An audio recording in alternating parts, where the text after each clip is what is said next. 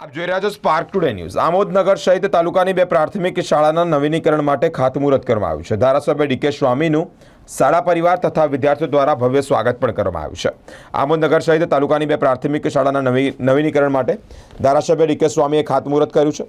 ગુજરાત રાજ્ય શિક્ષણ વિભાગ દ્વારા આમોદ તાલુકાની આઝમનગર નવાવાડિયા તેમજ આમોદ પ્રાથમિક મિશ્ર શાળા નંબર 2ના નવીનીકરણ માટે લાખો રૂપિયા ફાળવવામાં આવે છે।